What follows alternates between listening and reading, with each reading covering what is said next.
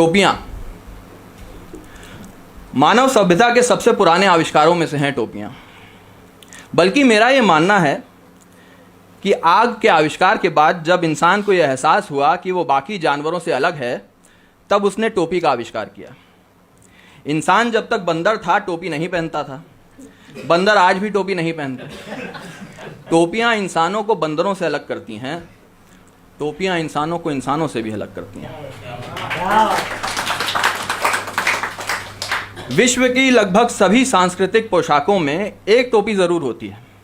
टोपियां व्यवस्था का प्रतीक हैं, इसलिए एक ही संस्कृति में अलग अलग प्रकार की टोपियां होती हैं। राजा की टोपी अलग, रंक की अलग, मंत्री की अलग, संतरी की अलग, यहाँ तक कि आदमी और औरत की टोपी भी अलग होती है। टोपियों का कोई अंत नहीं, यह व्यवस्था भी है और विद्रोह भी।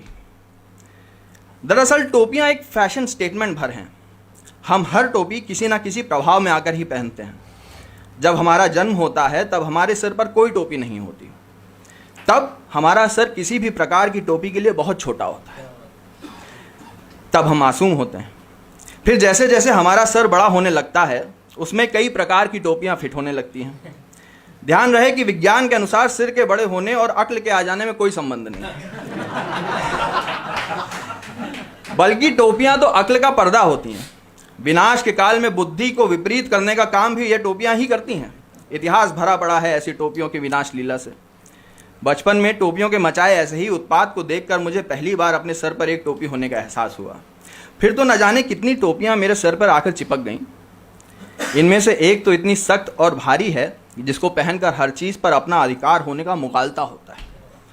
ये शायद वही टोपी है जो सिकंदर या चंगेज़ खान ने पहनी होगी। दरअसल टोपी पहनना और पहनाना बहुत आसान है, मुश्किल है टोपियां उतारना। इतिहास में जिसने भी सारी टोपियां उतार फेंकी उसको या तो हमने भगवान मान लिया या पागल। फिर उन्हीं टोपी उतारने वालों के नाम की टोपी पहनकर घूमने लगे। गांधी जी स्वयं टोपी नहीं पहनते थे, मगर उनके नाम की टोपी पहनने वालों ने कईयों को टोपियां पहनाई हैं। देखा जाए तो हमारा समाज टोपियों का बाजार है। यहाँ हर छोटा बड़ा दुकानदार आपको टोपी पहनाने में लगा है। अरे इन्होंने तो बुद्ध और कबीर को भी नहीं छोड़ा, तो फिर आप किस खेत की मूली हैं। बस इस दुकान से उस दुकान तक भटकते रहिए और इंतज़ार कीजिए शाम का, क्योंकि शाम को ये सभी दुकानदार अपनी अपनी टोपियों को बक्से में बंद करके दुकानों पे मार के ताला चल पड़ेंगे अपने अपने धाम, एक ही सड़क से एक ही शहर में।